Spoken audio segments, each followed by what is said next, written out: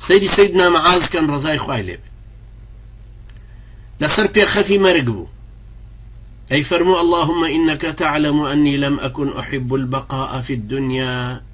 ولا طول المكث فيها لكري الأنهار ولا لغرس الأشجار. خوايا توزاني من حزم لو نبو لدنيايا بمن موا لبر خاطري زور مانوي لزتي دنياي يا لبر خاطري أوي جوغلي بكري بقرمو درختي تربروين،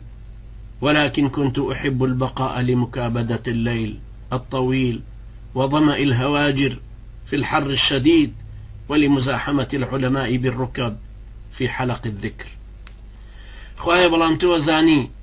من مثل الدنيا بمن مو بو شونيجي زور لشواني دريجة بو تينو بونكاني قرماي شلو نيورو وبو شرپالي نيوان علماء كان بو اوي بسم بيشتر لحلقات ذكرى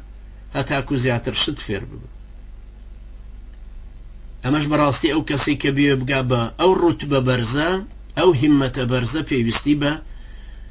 خواناسيكي باش هيا بعبادت هيا بالرجوع هيا بيوستي باش هيا كحريص بلسر كوري درسكان